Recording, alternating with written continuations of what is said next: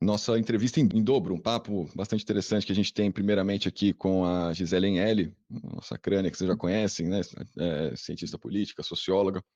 E chamo para cá também o Felipe Souza, ativista LGBT, que é candidato a deputado pelo estado da Flórida, lá nos Estados Unidos, onde também mora nossa queridíssima Gisele Eneli. A gente vai ter um papinho aqui sobre o que está acontecendo nos Estados Unidos, também abordando um pouco essa notícia importante, né, meus caros e minhas caras. Mas antes de tudo, bom dia, obrigado pela presença, meus queridos. Tudo bem? Prazer. Felipe, Bom no caso. dia. Bom dia, Bom dia a Gisele. todos. Um grande prazer estar com vocês de novo aqui. Rafael, Felipe. Notícia marcante, né? Não tem como a gente não falar sobre isso, gente. Tem uma hora que vem esse fato histórico importante. Aliás, é até interessante que você esteja aí, Felipe. Posso começar por ele, cara, Gisele? Porque muito se conversa, né, sobre a relação do Papa com, né, a igreja, com homossexuais, em geral, né, a igreja dando muitas bolas fora, não podemos negar. Houve esforço desse Papa, eu pelo menos observei em vários momentos.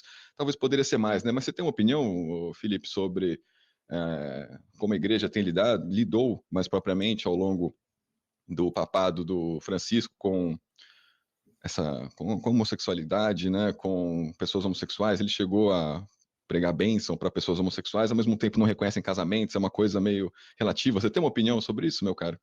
Depois a gente entra, Sim, né, mais nas pautas específicas. O que você acha? sim, eu tive a oportunidade de conhecer o Papa em É, 2013, eu acho que foi quando ele foi à Bolívia, porque ele fez uma reunião com movimentos mundiais, trazendo movimentos sociais de de todas as partes do mundo, e eu tive a oportunidade de representar a comunidade imigrante nessa grande convenção, e eu ouvi pedindo perdão para comunidades indígenas lá, num lugar onde a maior parte da população é indígena. Então, o Papa Francisco tomou vários passos para tentar pedir perdão ou até mesmo tomar uma nova iniciativa da Igreja Católica para um momento mais progressista e também tentando levantar diferentes bandeiras. Não, com certeza teve momentos bons e momentos ruins com o Papa em relação à comunidade LGTB+, né? Então, o fato é que ainda tem muito o que fazer. A igreja ficou por 2000 anos falando que ser parte da comunidade LGBT é um pecado, e por causa disso, muitas crianças, jovens, adultos foram mortos, foram expulsos de casa. Ainda tem muito dano que tem que ser revisto, tem muito ainda que tem muito que se fazer. Mas com certeza ele levou esse assunto para frente e tomou passos que foram históricos, né? Dizendo que ser homossexual era entre Deus e aquela pessoa, ou seja, ele tomou alguns passos, né? Que nos ajudou bastante, mas ainda assim ainda tem muito o que fazer. Vamos ver como fica, né? Tem essa informação interessante de 138 que vão decidir o futuro da igreja, 109 foram indicados pelo Papa atual. Então, suponhamos que não vem um Papa mega conservador reacionário, né? E você, Gisele, como que você viu a notícia? Como socióloga, assim, o que representa o primeiro Papa latino-americano na sua perspectiva? É importante, queira ser ou não, né? O primeiro não europeu, inclusive, a igreja é muito centralizada na Europa. Inclusive, a religião é um ponto importante do ser humano. Como que você vê a notícia e esse fato de ser o primeiro Papa latino-americano? Primeiro de muitos, Pois espero. é. Pois é, para mim é o primeiro papa latino-americano, mas para mim, muito além disso, eu acho que ele é o primeiro papa que eu vi claramente tendências progressistas, né? E apesar de você bem apontar, Rafael, às vezes posicionamentos dúbios, ele avançou demais. Ele avançou demais e para mim, dentro do meu coração, ele tinha vontade de ir muito além. Mas ele encontrava ali as barreiras da igreja, mas para mim ele era muito mais progressista do que ele falava, ele conseguia ir de fato por causa da estrutura eclesiástica. Mas ele era bastante feminista também, então ele tinha uns posicionamentos muito interessantes, é uma perda. Vamos ver, vai ser um processo longo agora, 15, 20 dias. Vamos ter bastante tempo para refletir, né?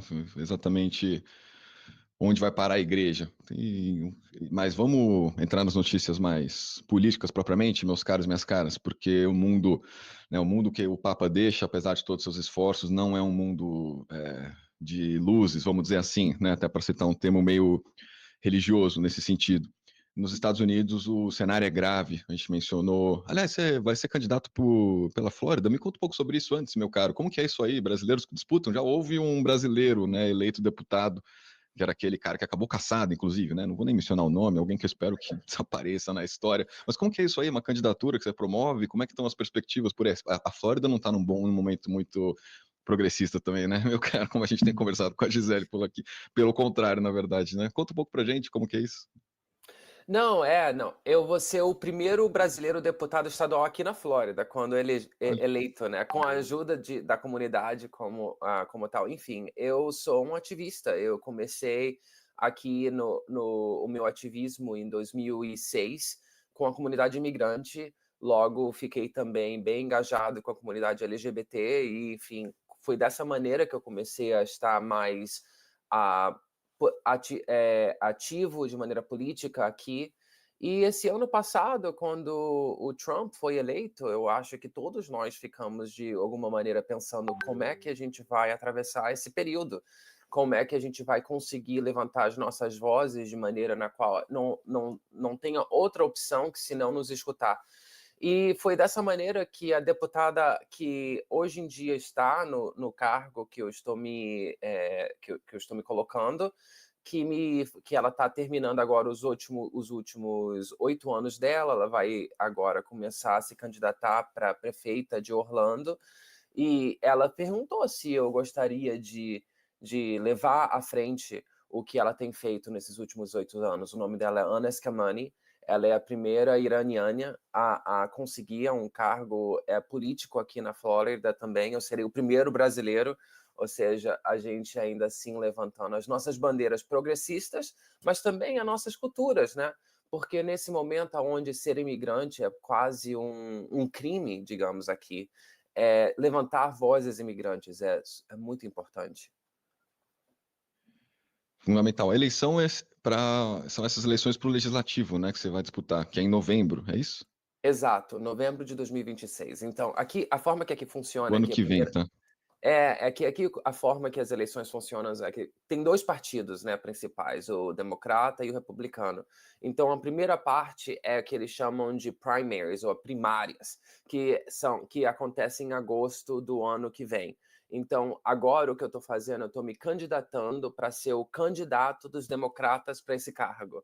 Aí uma vez que a gente passa por isso, aí vem as eleições gerais, que acontece em novembro de 2026. É bem interessante. Desejo muita sorte, né? Sabendo como é a política estadunidense nesse momento. Aliás, a gente tem muitas notícias por aqui, obviamente, né? A questão tarifaço, tudo mais. Tem uma que repercutiu fortemente relacionada também à comunidade LGBT, QIA+, né? A história do visto da Erika Hilton, por exemplo, que, né, é um ataque contra ela. Eles mudaram o gênero da Erika Hilton no novo visto que ela recebeu dos Estados Unidos. Só que isso aconteceu com uma deputada federal brasileira, suponho que está acontecendo com todos, né, Gisele? Como que está o quadro por aí? A gente fala muito perseguição para imigrantes, LGBTs, que ia mais também sofre uma perseguição brutal nesse momento, né? Queira ser ou não.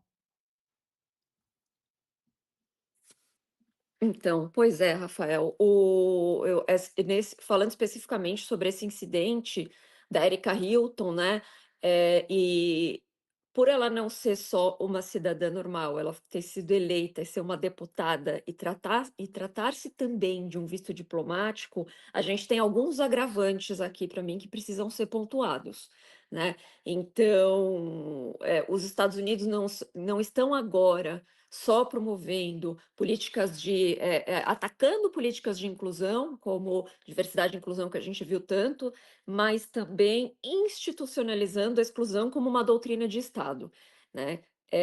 Isso para mim é muito grave, porque a Erika Hilton ela apresentou um passaporte oficial emitido pelo Estado brasileiro em conformidade com a legislação nacional que reconhece sua identidade de gênero, né?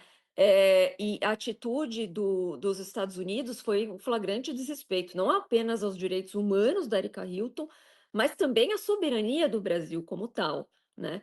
É um gesto, sim, ideológico, amparado por uma ordem executiva, uma das primeiras assinadas por Trump assim que ele assumiu, né, e que viola, sim, tratados internacionais, compromissos diplomáticos e uma ética mínima entre os dois estados, né. Nessa ordem executiva, ele estabeleceu que existem somente 2 gêneros, o masculino e o feminino, então uma visão muito biologicista, né, eh completamente equivocada sobre a sexualidade humana que é tão diversa, né.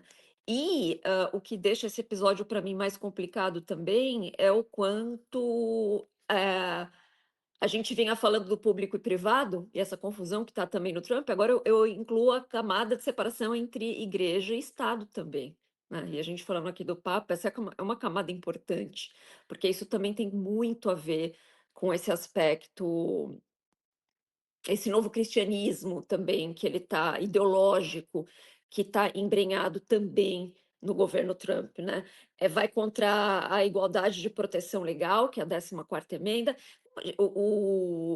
A gente tem uma perseguição, apesar da comunidade trans ser pequena, mas sim, as liberdades individuais dessa comunidade, né, que é um princípio básico da emenda e da Constituição americana, a liberdade de você ser quem você é. Né. Então eu acho é uma tentativa também de apagar a representação política dessas pessoas, haja vista que houve um incidente, se o Felipe quiser comentar também, de uma congressista trans aqui, democrata, que também sofreu retaliação de usar o banheiro ali do Congresso, e depois de um outro episódio lamentável, que ela ia se pronunciar, o presidente ali, que estava que era o presidente ali daquela sessão legislativa, se recusou a chamá-la, eh, de senhora, ele falou deliberadamente senhor, foi interrompido por outros congressistas, né, perguntando se ele não tinha decência de fazer o que ele estava fazendo, a sessão foi simplesmente interrompida. Então, dentro deste contexto do que está acontecendo internamente aqui, Rafael, é com essa luz que a gente tem que ver o que está acontecendo com a Erika Hilton, e o quanto agora parece que a gente vai ver essa transfobia institucional, maga trumpista, extrapolando para uma coisa diplomática com outros países. Não, com certeza tem o que eu diria que os 2 grupos que estão sendo mais perseguidos agora aqui nos Estados Unidos pelo Trump são os imigrantes e a comunidade trans em específico. São 2 grupos que, bom, a comunidade trans por ser mais ou menos só 1% da população, uma minoria muito pequena, e os imigrantes por não poder votar, porque você só pode votar quando você é um cidadão americano. Então são pessoas que de repente não têm o poder político de se pronunciar e por isso são atacados, né? No momento onde esses ataques eles só são um princípio no qual, para terminar com a democracia, para diluir a Constituição americana. Porque a Gisele tem toda a razão, a Constituição americana tem um artigo 14 que foi criado logo depois do fim da escravidão aqui, no qual diz que qualquer pessoa nascida ou naturalizada aqui tem direitos que não podem ser tirados pelo Estado, direitos humanos, direitos constitucionais, e um deles, né, é o ser quem você é. Um direito muito simples, muito simples, porém muito difícil de agir, principalmente num momento como esse. Então, várias pessoas trans, inclusive a congressista americana, primeira na história americana que veio de Delaware, não pode nem usar o banheiro. Ou seja, é o fato que a deputada federal Erika Hilton, que não é só uma pessoa trans, não é só uma deputada federal, ela é um símbolo para a comunidade LGBT no Brasil, como ativista, como voz, e também existem ataques contra as pessoas que são ativistas, ou seja, o que a gente está realmente vendo aqui é o fim dessa democracia que a gente sempre escutou falar, né, pelo mundo inteiro dos Estados Unidos, no qual, quando você fala alguma coisa, você sofre a potencial perseguição. Então, com certeza, isso aconteceu com ela por ser trans, pelas leis, pelas ordens executivas assinadas pelo Trump, mas também é pelo fato dela ser ativista. Então, inclusive, eu estava lendo que tem mais de 1.000 estudantes que perderam os vistos deles por ativismo, exatamente por esses motivos, né? Inclusive uma pessoa que tinha o green card, que é a residência permanente. É inacreditável. Eles falam tanto em censura, né? Inclusive aqui no Brasil, que o Moraes censura. É impressionante o nível de perseguição dessa galera, sempre aplaudindo, né? No caso aqui do nosso país, o de vocês também, obviamente, a ditadura de 64, toda aquela história. Essa congressista é a Sarah McBride. Eu vou voltar para falar um pouquinho dela. Agora, até é bom que vocês dois estejam por aí. Pergunta pode ser até para os dois, porque o Mauro Vieira, nosso ministro das Relações Internacionais, tem entendido que é uma questão da legislação americana, que ele vai tentar, né, tomar algum tipo de medida diplomática para reverter essa decisão aqui, mas que, né, não tem muitas alternativas de cara à diplomacia. Disse ele que esse caso é uma decisão soberana dos Estados Unidos, é a aplicação da lei americana. Mas vamos conversar, ele afirmou em entrevista à CNN Brasil. Tem a questão da reação política, né? Agora, internamente por aí, Felipe, será que ela consegue recorrer? Tem alguma situação dessa assim que você tem em mente, ou que seja uma mera reação política por aí, ou por aqui também, obviamente, que já está acontecendo? Como reagir a esse tipo de caso, meu caro, na sua perspectiva? Olha, baseado no que a gente está vendo, o que está acontecendo com a congressista americana, que é daqui, né? Ela não conseguiu, por exemplo, usar o banheiro dentro do Congresso americano. Ela tem que usar o banheiro que tá dentro do escritório dela. Então, por esses motivos, eu acho que vai ter pouca coisa que o governo brasileiro vai conseguir fazer. Porém, eu acho super importante que, mais que nunca, todos nós, no Brasil e em todo o mundo, né, continuamos levantando essa bandeira, porque o que aconteceu com a Erika Hilton realmente foi um não sei nem o que dizer, né, como a própria Gisele disse, é mais do que contra os direitos humanos dela, também é contra a soberania brasileira, porque o passaporte brasileiro foi emitido pelo governo brasileiro e, portanto, deveria ser aceito como tal pelo governo americano.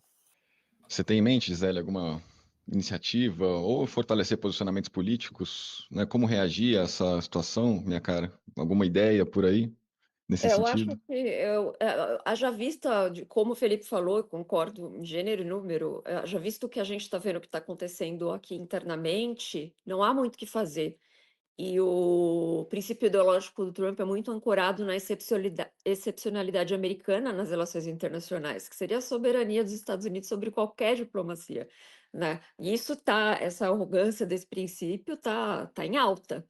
Então, de forma efetiva, não acredito que ela vá conseguir, mas eu achei um assinte à nota nos órgãos oficiais do governo americano e do Marco Rubio, né?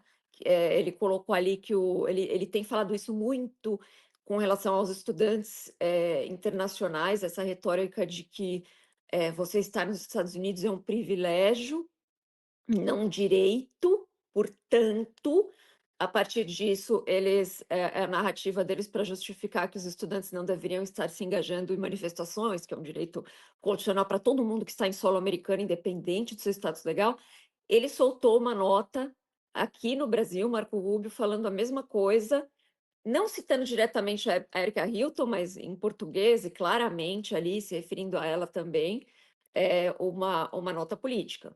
Então, eu acho que ou o Brasil se levanta para defender seus cidadãos, e muito mais do que cidadão, uma congressista eleita, representação política, né, e os seus princípios constitucionais, ou ele fica assistindo calado essa exportação de autoritarismo moral disfarçado de política externa, que é o que está acontecendo com o Trump. Eu acho que, no mínimo, uma nota muito contundente e não tímida do Itamaraty devia ser feita. Agora, é muito chocante, né, querida Gisele, querido Felipe, porque a gente vê aqui a Erika Hilton, primeira deputada trans, junto com a Duda Salabert, se elegendo deputada federal pelo Brasil. Vocês mencionaram o caso da Sara, né, o que ela tem sofrido por aí, ataques brutais, proibida de usar o banheiro, gente, você imagina? Não pode usar o banheiro, é uma coisa inacreditável. E aí surge esse cenário de contraste, que se de um lado há avanços muito claros de cara à inclusão, de cara à representação de todos os estratos da sociedade, nisso que ainda talvez podemos chamar de democracia no Brasil, pelo menos, né, nos Estados Unidos está um cenário realmente complicado, como a gente tem comentado com a Gisele nas últimas entrevistas. E se tem esses avanços também, né, de eleições das primeiras pessoas trans da história para legislativos, de outros você tem essa extrema-direita brutal e virulenta, que escolhem justamente as pessoas trans, como você mencionou, Felipe, como alvo, né, a história dos esportes. Por que você entende que você tem alguma avaliação aqui? A gente talvez com um debate consiga chegar a um tipo de conclusão. Por que será que eles escolhem as pessoas trans para direcionar todos os ataques assim, né? Talvez para não gerar uma união maior das pessoas LGBTQIA+, né, focando só num extrato. Você mencionou que é 1% da sociedade por aí. Você tem alguma ideia do que eles selecionam esse grupo social justamente para atacar tão pesadamente? Bom, isso é o projeto atual, né? Porque é o grupo que está sendo atacado agora, porém nós sabemos que historicamente houveram outros. Então, o fato é que a comunidade trans aqui nos Estados Unidos, bom, no Brasil também, né? Mas aqui sofre uma grande violência. Quase todos os anos, entre 30 a 40 pessoas são mortas aqui, são assassinadas aqui por ser pessoas trans. Então, e também, infelizmente, um motivo religioso, né? Porque uma grande base é um cristianismo nacionalista que diz que o casamento é entre uma mulher e um homem e nada mais, né? Então, qualquer pessoa que não consiga estar nesse patamar já está contra. E a comunidade trans é dentro daquela parte do gênero, né? É uma comunidade que está fora do que, digamos, esses cristãos, eu estou usando aqui esses, porque eu me considero uma pessoa cristã, não é o Jesus Cristo que eu conheço, não é. A gente literalmente celebrou a Páscoa de Jesus Cristo morto na cruz por ter ido contra um império. Então, bom, enfim, aqui fica esse comentário também, né? Porque não é o Jesus que eu conheço, porém é esse que eles falam que existe, né? Que isso que a Bíblia diz. Porém, o fato é que vamos começar com o fato que nós estamos num país com mais de 300 milhões de pessoas, não são todos cristãos. Nós não deveríamos viver num lugar onde a Bíblia governa o governo. Tem que ter uma separação, então começamos ali, né? E a segunda parte é que, como eu mesmo disse, a própria Constituição americana, ela toma conta do que eles chamam dos direitos da minoria, né? E tá tudo ali naquela parte onde houve um momento de ruptura, houve uma guerra aqui nos Estados Unidos para terminar a escravidão, e essa guerra, no fim dela, termina com o artigo 13, que termina a escravidão, e o artigo 14, que diz que todo mundo que nasceu ou naturalizado nos Estados Unidos tem certos direitos, e esses direitos não podem ser tirados pelo Estado. Então, e essa parte que o Estado não pode tirar é porque os estados no sul dos Estados Unidos não deixavam com que as pessoas que eram escravos pudessem a ler, a escrever, a trabalhar, enfim, várias coisas, né? E essa luta, ela continua sendo vivida a cada geração daqui, né? Então, nos anos 60, com a comunidade afrodescendente, enfim, pouco a pouco, em todos os patamares, né, as mulheres, todos esses são os momentos históricos daqui, aonde a gente volta de novo para esse artigo 14 da Constituição Americana e falamos um com o outro. Não, esse grupo também pertence a essas proteções. Isso que estamos vivendo hoje em dia com a comunidade trans aqui. É muito, muito grave, né? E a gente tem que entender esses ataques como um todo e defender também as categorias que estão sendo atacadas, né? De imigrantes. O que eu posso dizer ainda é que a reação, né? Cenário interessante, um movimento interessante, talvez eu já possa dizer isso, de manifestações fortes, viu? Tá, eles estão mostrando cada vez mais força aqui em diversas regiões dos Estados Unidos. Miles de Esses atos estão manifestantes sendo, se con- esses atos estão sendo conhecidos como 50-501, né? Que traduz ali, é uma sigla para 50 protestos, 50 estados, um movimento. Eles querem coincidir com o aniversário 250 do início da Guerra de Independência dos Estados Unidos, manifestações que têm crescido. Olha, o Trump, talvez questão de tempo, até que seja alvo de pedidos de impeachment mais incisivos, eu tenho dito isso. Né? Como que estão esses movimentos por aí, Gisele? Estão ganhando corpo, né? No momento que o Trump perde a aprovação também, são atos nada desprezíveis, né? Como que você avalia essas manifestações que estão tentando mostrar mais força, né? A gente já destacou atos anteriores, agora parece que eles estão tentando, talvez, buscando mais coesão aqui, né? Um movimento, 50 estados, 50 protestos, protestando inclusive em concessionários da Tesla, diversas cidades, bem curioso o movimento. Você entende que tende a crescer isso aqui? Eu acho magnífico essa pressão popular das ruas, acho muito importante, Rafael. E como eu disse para você, a paralelo a esses movimentos de rua, o que está acontecendo também cada vez mais são aqueles town halls, que são aqueles encontros dos eleitores com os congressistas sendo cada vez mais cobrados, cada vez mais violentos, inclusive os republicanos. Então, um outro episódio também que aconteceu essa semana que eu achei bastante significativo, Rafael, é que esse clima de medo e intimidação do MAGA, bem distante do Partido Conservador e Republicano tradicional, né, um MAGA é o trumpismo extremista, e ele opera muito nessa base do medo. Uma congressista republicana num town hall respirou fundo, né? Alguém perguntou para ela o que ela faria por essa população, principalmente imigrantes, que tem medo hoje de morar aqui nos Estados Unidos. E ela respirou fundo e disse: Eu também tenho medo. E aí ela se abriu bastante e expôs o quanto ela tem medo de ser uma dissidência dentro do seu próprio partido. Olha que pesado isso. Ela tem medo de se pronunciar politicamente porque ela pensa por conta de perseguição à dissidência que está sendo feita pelo MAGA, Rafael. Então, eu acho que a gente precisa esperar a, as eleições de meio de mandato, porque eu acho que sim, a gente terá uma alteração ali na configuração das casas importante para pensar em abrir algum pedido de impeachment, mas a minha esperança é que ele se desgaste tanto a ponto de, dentro do que essas manifestações todas populares e tudo, e se revertam em uma. Já alguns dissidentes republicanos começarem a votar junto com os democratas, e você ter uma Câmara um pouquinho mais. Que ofereça alguma resistência ao Trump, porque agora, hoje, não se tem nada disso. É um executivo forte agindo sozinho.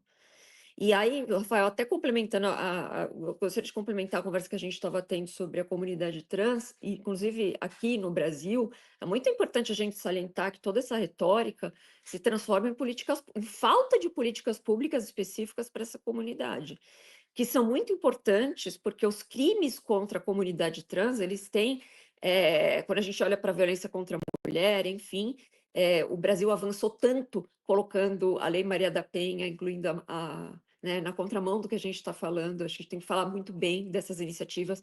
O Brasil, várias universidades, a última Unicamp colocou cotas para essa comunidade. Está realmente fazendo um trabalho interessante, reconhecendo, quando você olha para os números e reconhece que as políticas públicas precisam proteger, porque a morte dessa população tem requintes de crueldade, de arrepiar a espinha, né? E as crianças, principalmente trans, têm índice de suicídio enormes, né? Então, quando a gente fala de permitir, lá na ponta, política pública que permita aquele tratamento hormonal, é porque a criança entra numa confusão mental tão grande, né? Muito pequena já, quando ela começa a perceber, antes da puberdade, e na puberdade a coisa se acentua demais, porque ela não se identifica com aquele corpo que ela tem. Então, o que se faz? Terapia hormonal é para você interromper a puberdade, para você entrar de forma multidisciplinar, que a pessoa se reconheça, que a pessoa entenda o que está acontecendo com ela, né? Isso pode ser retomado a qualquer momento, mas depois de um trabalho, principalmente psicológico, com a criança, com a família, né? Então, essa pausa hormonal é muito importante. E é isso que está sendo atacado também nos Estados Unidos, esses tratamentos muito importantes para essas crianças, Rafael. E mais uma coisa, o estado da Flórida, a gente vem falando sobre ele muito, porque ele foi um laboratório para o Trump. Como você já tinha um governador extremista aqui, eu vou citar duas leis da Flórida que elas inspiram o Trump. Elas inspiraram o Trump, né? Então, a gente teve uma lei de 2022, chama Don't Say Gay, que ela proíbe qualquer menção à orientação sexual e identidade de gênero em escolas públicas e educação infantil, e estimulava já censuras de livros, intimidação dos professores no espaço educacional, que falassem sobre o tema. A gente tem uma outra que chama, de 2022 também, Stop Woke Act. Essa lei estadual, oficialmente chamada de Freedom Act, que de freedom não tem nada, proíbe ensino de temas de racismo sistêmico, privilégios raciais e opressões históricas em escola pública e em ambientes corporativos. Em 2023, a gente já teve a queda do diversidade e inclusão nas universidades da Flórida, e depois o presidente Trump eleito excluiu na esfera federal, então aqui foi o embrião disso, né? Remoção sociologia como disciplina obrigatória nas universidades em 2024. Então, só para citar algumas que já estavam acontecendo nesse estado antes do Trump. A gente vê esse cenário por aqui, né? Pequenos extremistas de pequenas regiões acabam pautando os grandes extremistas a nível nacional. Quer comentar, Felipe, antes de eu introduzir outro assunto, que você vê que você até desmotou por aí? Palavra sua. Não, com certeza. O governador DeSantis, ele também quer ser presidente. Essa é a realidade dele. Ele tentou ir contra o Trump, não conseguiu vencer. Na verdade, ele e o secretário de Estado, Marco Rubio, também foram contra o Trump. Falaram muito mal dele, agora estão todos a favor dele. Mas o DeSantis, por esse motivo de querer entrar na pauta nacional, ele e o governador do Texas, né, entre os dois, mais ou menos, tiveram uma disputa de quem era o mais de direita e passaram várias leis anti-imigrantes, anti-LGBT, contra o aborto, contra a proteção eleitoral, inclusive, nos dois estados. Só que a Flórida é o terceiro estado mais populoso nos Estados Unidos e o Texas é o segundo mais populoso. Então, qualquer coisa que aconteça lá ou aconteça aqui tem vai chegar a ter um impacto nacional. Mas, como a Gisele mesmo disse, a Flórida e o Texas têm sido esse laboratório dessas leis ou políticas e leis, né, que estão acontecendo contra a comunidade. Porque às vezes nem é uma lei, né? Por exemplo, quando o DeSantis tentou passar uma lei que dizia que as driver's licenses, as licenças para dirigir daqui da Flórida, não poderiam mais ter uma maneira para que a comunidade trans pudesse trocar o seu nome, trocar o gênero. Ele tentou passar essa lei, a legislatura, embora super conservadora, não passou. Então, ele fez de maneira executiva, através de uma política interna, e dessa maneira, hoje em dia, é quase impossível para uma pessoa trans conseguir trocar o nome, trocar o gênero na identidade deles aqui na Flórida. Então, e dessa maneira, o presidente Trump, né, viu o que passou, o que funcionou, o que as cortes deixou ficar, e dessa maneira começou a empurrar de maneira federal uma agenda direitista muito forte, na qual impacta algumas comunidades de maneira, primeiro, né, mas com uma intenção de trazer esse mesmo tipo eu chamo o fim da democracia, né?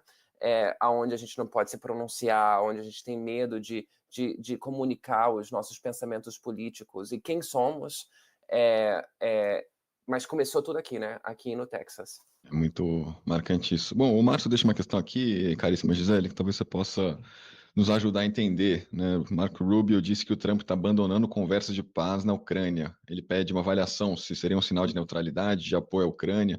aqui na nossa imprensa brasileira tem informação de que o Trump espera acordo entre Rússia e Ucrânia nessa semana. Agora, os caras, né, eles vão bombardeando tanto a imprensa que é até difícil exatamente a gente mapear, entender o cenário, de tão confusos, e são as estratégias, na verdade, né? A gente vê confusão, mas a tática é o caos, é uma coisa muito impressionante, os extremistas daqui atuam dessa forma também. Como que você vê esse momento dos Estados Unidos em relação à Ucrânia? Um pouco a avaliação que você tem nesse momento, minha cara. Então, cada vez mais a gente vê o desnudando-se quem é e a que veio o presidente Trump, né?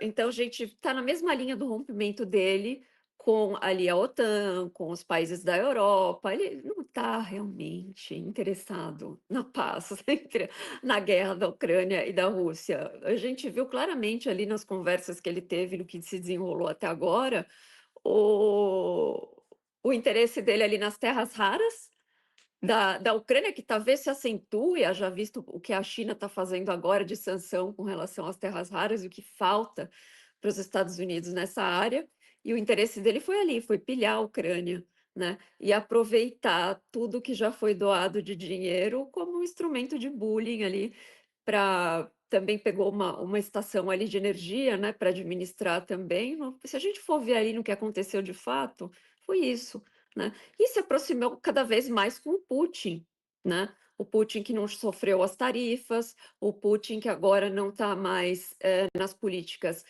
restritas de ataque ao ciberespaço americano, que ele voltou atrás, né? Um alinhamento com o Bukele. Então, ele está ficando entre os dele, entre onde ele se sente confortável. A reunião dele com o Bukele foi exatamente o oposto da reunião dele com o Zelensky. Foi o desconforto máximo aqui e o conforto máximo aqui nele com o Bukele. Ele sorria, eles estavam muito felizes ali junto. Então, esse apreço, esse carinho, que essa atmosfera dele com os ditadores, principalmente, desse tipo, é o que a gente está vendo agora. Ele não tem interesse na paz ali na Ucrânia, na verdade. Talvez seja o caso da gente falar um pouco mais a fundo, talvez, de um buquelismo. Eu não sei, eu tenho dito há um ano e pouco, que essa linha do presidente de El Salvador, né, de prender todo mundo, de sair, né, tá tatuado, vai em cana, e depois se gabar de índices de violência menores, o que é contestável, porque é um governo que está num estado que está sob exceção, né, são prisões que infelizmente, eu digo, apesar do tom de especulação que eu tenho que usar, porque a gente não sabe o que acontece nessas prisões, mas certamente a tortura, certamente, né, assassinatos, não tem como a gente imaginar outra coisa. O Trump tem se inspirado muito nisso, extremistas daqui também é uma coisa inacreditável. A mídia parece que até gosta, né, no cenário de violência que há em tantas regiões, o nosso Brasil não é diferente também nesse sentido. É muito pesado ver, né, toda essa linha do autoritarismo. Agora, para a gente até fechar aqui, meus caros, minhas caras, especificamente para o Felipe, que momento que está o Partido Democrata na sua avaliação? Assim, eles acabaram trocando o Biden pela Câmara, né? Estão meio debilitados. Haverá força, há força no seu entendimento de peitar o Trump com toda essa força que ele chega nesse segundo mandato? Houve uma mudança de liderança também. O governo, o Partido Democrata tinha um presidente diferente, inclusive a pessoa que hoje em dia está, o nome dele é Ken, e ele vem do sindicato, né? Então ele vem daquela parte do movimento mais que realmente tenta, né, ir frente a frente. Inclusive teve outras pessoas que chegaram agora como vice-presidente, que fazem parte de vários outros movimentos. Eu tenho sim esperança que existe um momento no qual nós podemos ser realmente o que a gente chama do partido que está contra, né? Não o partido que está só ali para fazer o que o Trump está querendo. Porém, o Partido Democrata ainda assim é separado entre essa maneira antiga de pensar, onde havia mais espaço para disputa bipartidária, né, onde podia ainda assim se encontrar e haver uma maneira de encaminhar, né, diferente. Porém, existe também um grupo jovem que está dizendo não, absolutamente não, nós vamos lutar e vamos falar. Então, algumas pessoas que estão na frente dessa parte do partido é a congressista, né, que a gente chama ela de AOC, que é a Alexandria Ocasio, que ela é uma congressista, e aqui na parte central da Flórida, nós também temos um congressista que faz parte, né? Que se chama Maxwell Frost. Então, tem esses líderes políticos, né? E também dentro do próprio partido que estão começando a ver como podemos mudar. Mas a parte principal aqui também, eu acho que é a nossa maneira de talvez trazer uma mudança para o país, é voltando ao básico, porque é verdade que a vida nos Estados Unidos está muito mais difícil do que estava antes. Isso é fato. Você vai para o mercado, você não consegue comprar nada mais. As casas estão super, super caras, ou seja, a economia não está bem aqui. Então, as pessoas estão reagindo a isso. Então, através do Partido Democrata voltando à sua base, outra vez, falando com as pessoas nas portas, sabe? Sobre os assuntos que estão tocando a vida delas, existe a maneira que a gente possa mudar. Eu sou uma pessoa que sempre estou em protesto. E eu tenho ido a esses protestos que você comentou hoje aqui. Geralmente, eu vou para um protesto, eu conheço todo mundo. Essas últimas vezes, eu conheço talvez 10% das pessoas lá. Então, realmente existe uma esperança aqui. Que assim seja, meu caro. Que desejo a maior sorte possível nessas eleições. Estamos à disposição também, porque o cenário é grave. E aí, um deputado brasileiro, progressista, olha, tomara que a população. Quem vota, né, nesse caso é o pessoal da Flórida, né? Te desejo toda a sorte, meu querido Gisele. Obrigado aqui pelo baita debate que a gente realizou, ajudando a, né, entender esse quadro tão delicado, não só dos Estados Unidos, mas do planeta, né? Afinal, é uma potência mundial, queira-se ou não também, e a gente tem que ficar atento a tudo. Obrigado, meus queridos. Que debate fantástico. Um ótimo dia. Se quiserem deixar um recado final também, espaço absolutamente de vocês. Bom, para quem gostaria de ver mais ou menos um pouco melhor a campanha, pode me encontrar na minha página web, que é Felipe for Flórida, né, que é o nome do estado.com. E muito obrigado pela oportunidade de estar aqui falando contigo, Rafael. Valeu, caríssimo. Adorei também. Tá anotado aqui, vou destacar para o pessoal na tarde em instantes. E obrigado também, Gisele. Sempre um prazer enorme. Hoje, né, em dobro aqui o prazer. Obrigado, querida. Ótimo Um dia. grande abraço, gente. Bom dia. Muito obrigado, caríssimos. Tudo de bom, força por aí. Vamos ver quem vem de Papa. Tá aqui então o site. Muita sorte, meu caro. E Gisele, até uma próxima também. Bom, Felipe também até uma próxima. Estamos à disposição, gente.